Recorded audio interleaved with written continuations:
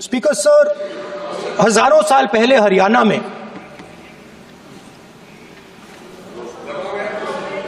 कुरुक्षेत्र में एक युवा को, अभिमन्यु को 6 लोगों ने चक्रव्यूह में मारा था। 6 चक्रव्यूह में फंसाकर मारा था। सर, चक्रव्यूह के अंदर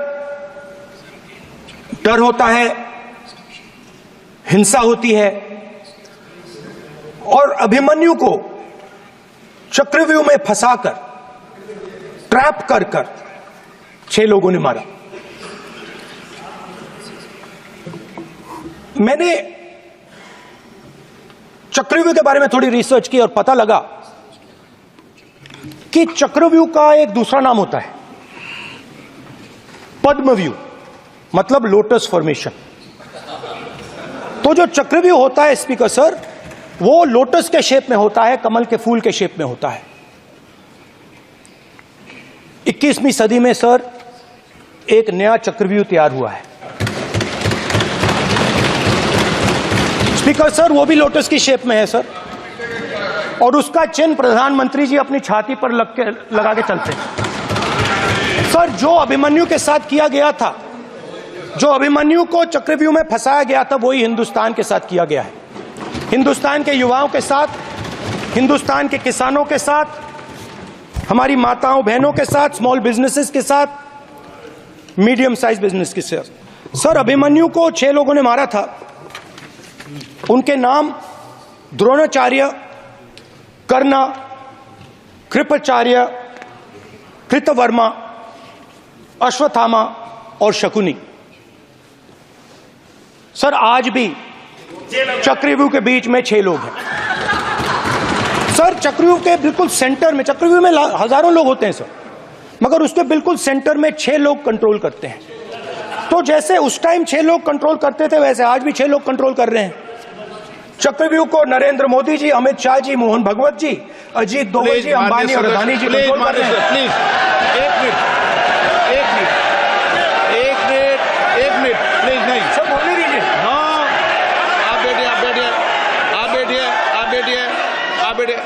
माननीय सदस्य, आप संवैधानिक पद पर हैं।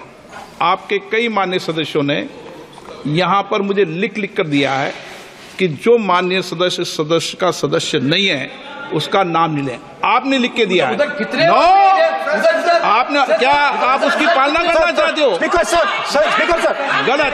मैं माननीय एक minute, hold on. Speaker sir, अगर आप चाहते हैं तो मैं एक मिनट मैं प्रतिपक्ष के नेता से ये तो अपेक्षा करूंगा सही कि वो सदन की नियम मर्यादा को बने, ये अपेक्षा करता हूं। आप चाहे नहीं करें, पर मैं अपेक्षा करता हूं। नहीं सर, मैं, अगर आप चाहते हैं सर, मैं NSA का और अदानी और अंबानी का नाम इस लिस्ट से निकाल देता हूं। फिर माननीय सदस्य, आप अगर आप चाहते हैं प्लीज, मैं नहीं चाहता। सदन के नियम प्रक्रियाओं से सदन चलता है। सर, अगर आप कहते हैं मैं निकाल देता हूं। नो सदस्य, मैं 3 ही नाम यूज करूंगा। नहीं माननीय सदस्य, नहीं कहा, और आप video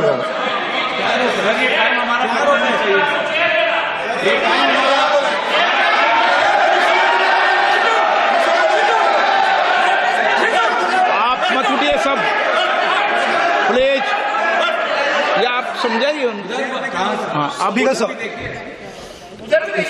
Speaker sir, my expectation was that this budget would weaken the power of this Chakravyuh. That this budget would help the farmers of this country, would help the youth of this country, would help the laborers, the small businesses of this country. But what I have seen is that this budget, the sole aim of this budget, इसकी जो नियत है, it is to strengthen this framework, the framework of big business, monopoly business, the framework of a political monopoly that destroys the democratic structure, and finally the framework of what one can call the deep state or the agencies. And the result of this has been the first पहला काम इस चक्रव्यूह ने क्या किया? जो हिंदुस्तान को रोजगार देते हैं, स्मॉल एंड मीडियम बिजनेसेस हैं, जो करोड़ों युवाओं को रोजगार देते थे, उन पर इस चक्रव्यूह ने आक्रमण किया। कैसे किया?